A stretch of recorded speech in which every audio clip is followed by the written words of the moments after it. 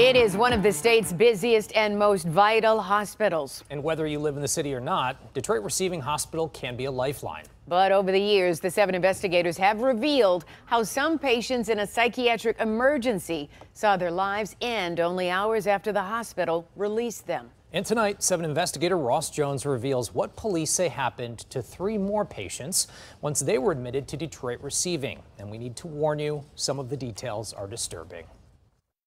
Healthcare is better together. We are the Detroit Medical Center. In glossy promotional videos like this one, the Detroit Medical Center touts world-class healthcare in your own backyard. Our staff is committed to this community and really delivering care as if they're our own family. But patients and current employees have a story to tell of their own that you won't find in a DMC commercial. People are dying.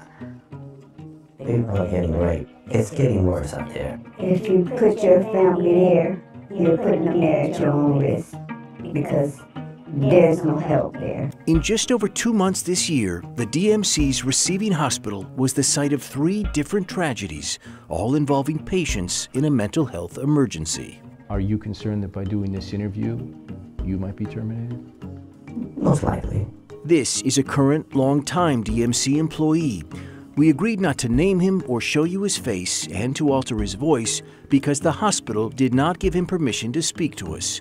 He says understaffing inside the hospital's crisis center, from not enough nurses to care for patients and sitters to watch them, has allowed for the hospital to become a crime scene. Lack of security, lack of staffing. The patients are not in a safe environment and you don't have adequate staffing to make sure that that happens. His concerns are echoed in this lawsuit, filed after we first spoke to him by a former DMC nurse.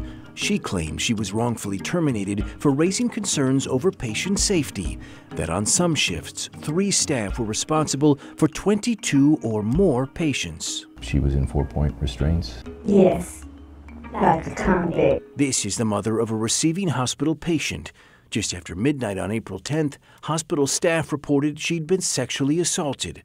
Police records show the woman was medically sedated and strapped to her bed when a male patient approached the woman and began fondling her. You have somebody who cannot defend themselves in any capacity, mentally, physically, whatever it may be, and no one's monitoring her. No one's monitoring the other patient. For 5 minutes, according to police, surveillance video showed the sexual assault take place. This is that video, blurred heavily by DPD, with the alleged assault taking place in the bottom right corner. While it's happening, according to DPD, an employee can be seen a few feet away who appeared to be distracted by her cell phone.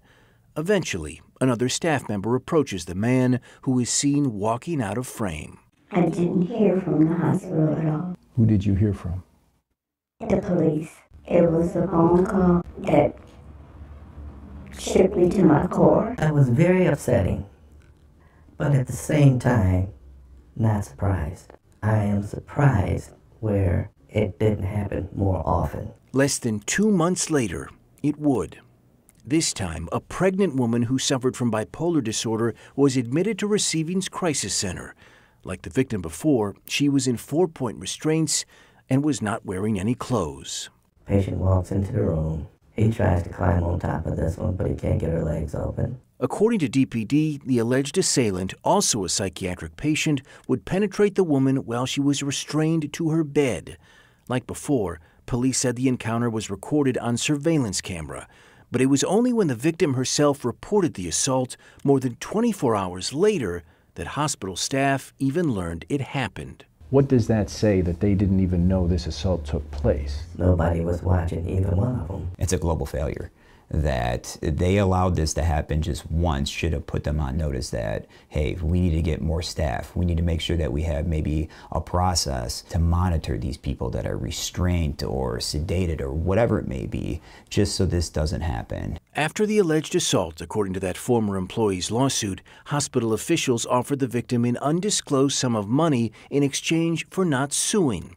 We heard a similar story from the other patient's mother, who said hospital executives offered her money they said could be used to find treatment elsewhere. What did they offer you? $250,000 and then $100,000 for incidentals. I think they were trying to bribe me.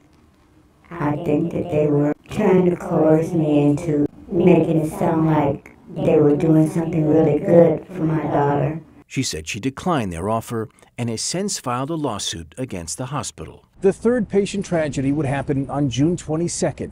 This time, a young woman was admitted here at Detroit Receiving after trying to take her life. My hair is a mess. It's so windy. 21-year-old Ella Bailey was admitted after a failed suicide attempt earlier that month. She had downed pills, then drove to a bridge with plans to jump off. Another driver found her before she could. Ella was admitted to the hospital's behavioral inpatient facility known as 3Q. Staff knew of Ella's previous suicide attempt, and she was supposed to be monitored. Detroit 911, what's the address of the emergency? But on only her fourth day on the floor, Ella was able to take her life in her own hospital room. Do you know how what they did? Per my officers, she hung herself. Ella Bailey. Okay, and is she breathing? No. Police reviewed the surveillance video outside Ella's room and noted a staff member was seen checking on her at 4:15 that afternoon. But 30 minutes later, at 4:45, the staffer was seen walking by her door without ever looking inside. Ella took her life at 5:05 p.m., discovered not by hospital staff, but her roommate. This young lady was able to end her life while she was under care. As a parent, especially myself being a parent who's lost a child to suicide, that's unacceptable. Kevin Fisher is the longtime executive director of NAMI Michigan, an advocacy group for those affected by mental health conditions. He says these three tragedies happening in close succession show there are serious problems at one of Detroit's busiest hospitals. If staffing is the issue, then we have to find a better solution, because the outcomes that we're experiencing are unacceptable.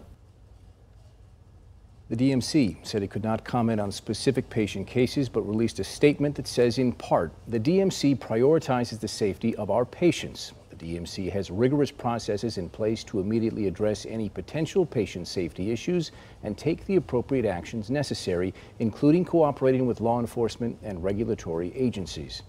That current DMC employee who we talked to earlier in this story, he filed a complaint with the state of Michigan back in June about the three cases we just shared with you. The investigation found that the hospital failed to meet regulatory requirements. It's just jaw-dropping. Horrific. Horrific is right. And all the evidence is there, plain as day. Indeed. Thanks, Ross.